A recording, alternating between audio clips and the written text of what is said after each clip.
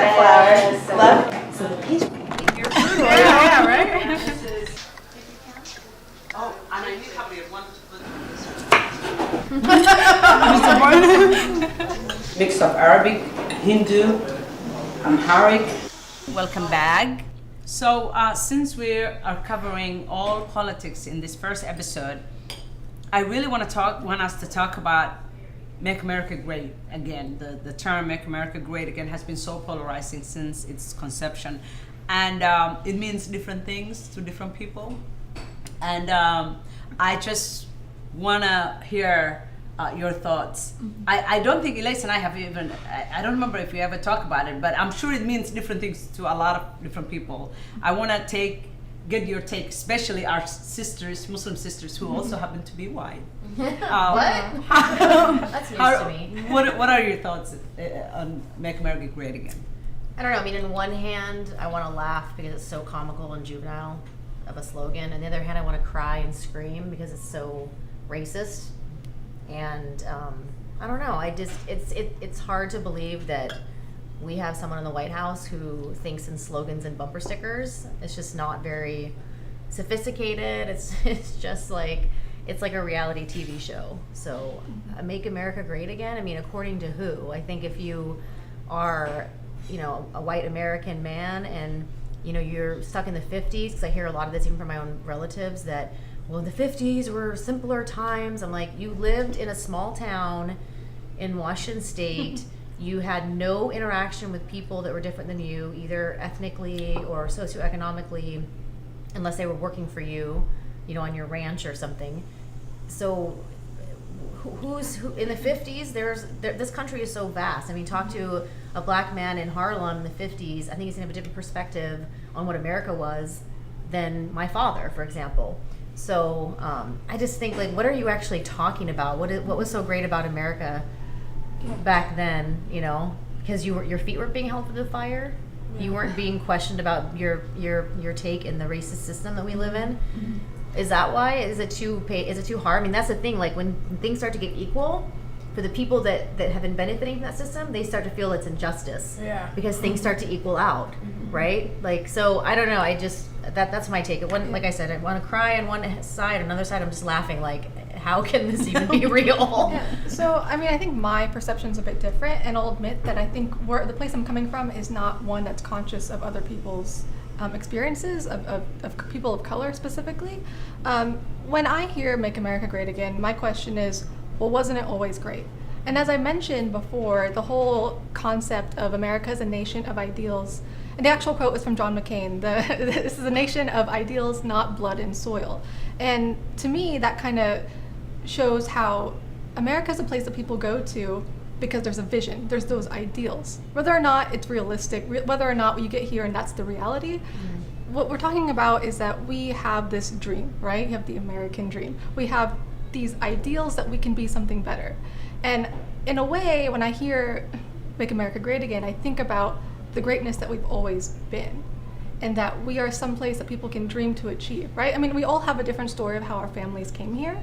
For my family, most of them came from Serbia to come when they had nothing, because there was just war and just famine and nothing in Serbia. And they came here and they were able to obtain farmland.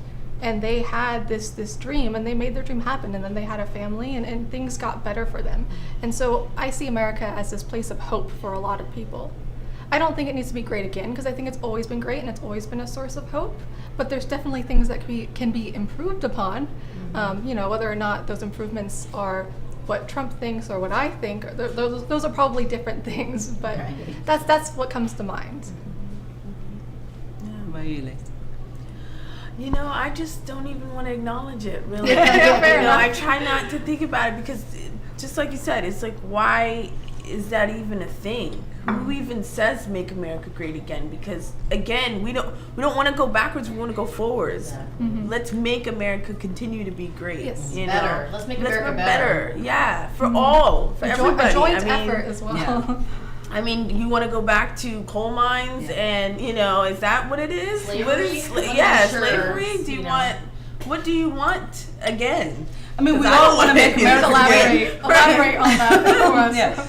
I mean, if it was Make America Great or Greater, I mean, I don't think there would be any Right. questions about it, because we all want to make America.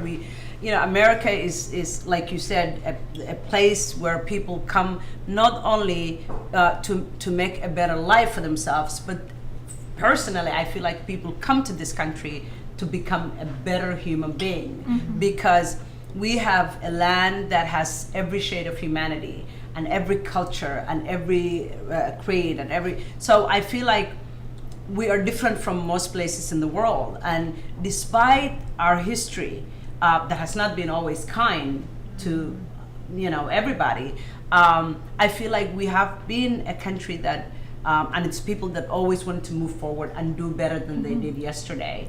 And when you say again, well then what do you, especially coming from the person it's coming from, and with a certain rhetoric and tone, then it leaves some people behind, and it makes a lot of people sad and left out. But what's interesting is how it means, different, it takes different meanings to different people. So We do have, I mean, we have to be honest too, though. We have a history of making great progress and then sort of boomeranging backward. So you think about civil rights and you think Jim Crow, right? So this is a history, a pattern that we have in the nation. So we had a black president, and then it just boomeranged back to, and the pendulum kind of swings like 2 steps forward, 1 step back, or Like one step forward. that was too much. We can't handle that. So let's go a little bit backward now. Yeah, and I mean, I think, I think that when I think about President Obama, whether you agree with his politics or not, him as a person, as a human being, if he had Trump's demeanor, actions, history, everything, and as a Family black man, dynamic. he would never have been elected. He had to be a perfect black man to be elected.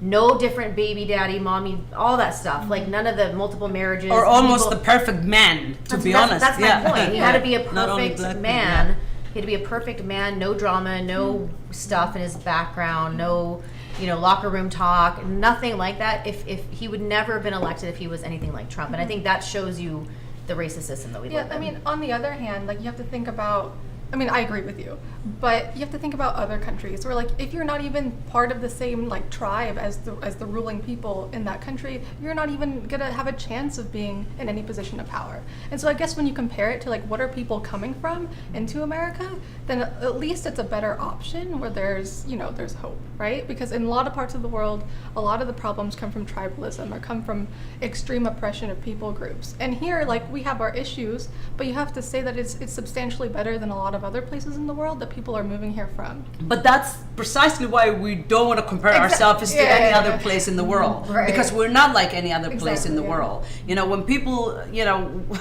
you'll hear a lot of people from the right always saying precisely the same thing. Well, we're better than this nation or that nation, or we're not like, for example, a lot of people say we're not like Saudi Arabia. Well, I mean, come on. Most hear that places a in the lot. world are tribe lands. You go to Sweden even, it's a tribe. yeah. You go to Somalia, it's a tribe. But America is different. Yeah. I mean, and so we don't want to kind of demote ourselves to like, and go back. We want to move forward and be that beacon of hope and that city that sits up on the hill somewhere, that Where everybody anyone wants can to run for come. office, yeah. Exactly. And so that's why it is bizarre and strange to kind of like be all of a sudden like our president wants to make us be like everyone else. Oh, they're laughing at us. No, they're laughing at us because laughing at we are you, bro. becoming everybody like every other country. Yeah, you're Dividing dividing people. at you. Yeah, sorry. Like, I'm just gonna That be whole real. UN thing, he was like, well, they were laughing with me. It's like, no, nobody takes Literally you the world seriously. laughed at us, like- It's sad. They rake their forests. That's all Yeah, I'm they saying. Oh my god. and that's the other issue is like when he supposedly wants to make America great, right? But Again. every time, right? Every time he goes to California or he goes to visit the cemetery or tries to visit it, he Pretend tries. Pretend tries. Oh, my Secret blames the Service. Secret Right. Service. It's like, why don't you ever take responsibility? And then on top of it, you must make have been watching everyone Seth else Meyers last feel. night, too. No, I wasn't, but I should have. Oh, calling paradise pleasure. Yeah, paradise, pleasure. God, he kept saying pleasure, pleasure. It's like, no, it's paradise. Don't you know the city you're going to visit? I mean, you don't even care. And You he doesn't literally he doesn't know don't where he's acknowledge. going, he doesn't Then you know. tell them that they did this to themselves. Like, how do you uplift your people? Why do you constantly bring groups down? And how does that make any positive change for any How is community? that patriotic? It's not Honestly. patriotic I at just all. don't. It's constantly saying it's your fault And then lying about blaming the what- government that you Yeah. run. Why Because- don't you do something about it? You keep saying, well, the federal government isn't going to give you money. Are you Bro, threatening you're part of the federal government? government. Like, it's just, why are you threatening communities and people who need help, who are literally losing everything they have, and the first thing you say is, it's your fault? Like, that's not what a president, a leader should be doing. Exactly. And and the frustrating thing is like, how do you change that? How do you get, like, we have Trump in office, that's a reality. Like, how do we fix that, right? And sometimes, like, what you see is when people critique him, especially like by name or for specific actions, that a lot of times that works against Democrats specifically, because like when you attack someone like by their name, your words can be spun around into being you're the abusive one because you're attacking them. And that's such a frustrating place to be in when you want to, genuinely critique what our president is doing, but by critiquing him by name, people will spin your words. And it's like, well, what can we do even at this point? And that's when you start to realize, oh, this is kind of like a dictatorship. This is kind of looking Exactly. like the rest of the world because there's no way out of it. And part of the greatness of America is that we shouldn't be felt like we're trapped. We shouldn't be feeling like we have no choice. Yeah. Damned if you do, damned if you don't. Yeah, That's like what that to me is not America. And even The like dear with leader. the journalists, right? Sometimes I'm like, just don't show up and cover him. Yeah. I mean, we're talking about him now, but Yeah, like, what if no journalists came to the press conference? What would that do? boycotted? What if He they was just sitting there boycott talking it? to himself. There's Yeah. people that he You could know who probably get does to come. who does a good job at that? Rachel Maddow. She talks about the administration. She talks about politics, and that's all she covers. But she does not like show. She gives a story Yeah, she and just talks. history Yeah, and and a she gives you the lesson backstory and everything, and you know who she's talking about. And of course, she names it, but she does not necessarily take you there, which I really, really like. I like what she does. But hey, there's so much to talk about. That's why we need our own, table. And we don't have opinions, clearly. Exactly. That's why we created our own table and brought our own chairs, kind of. And our own comfort food, our own Somali Exactly. comfort food. And we'll continue this, inshallah.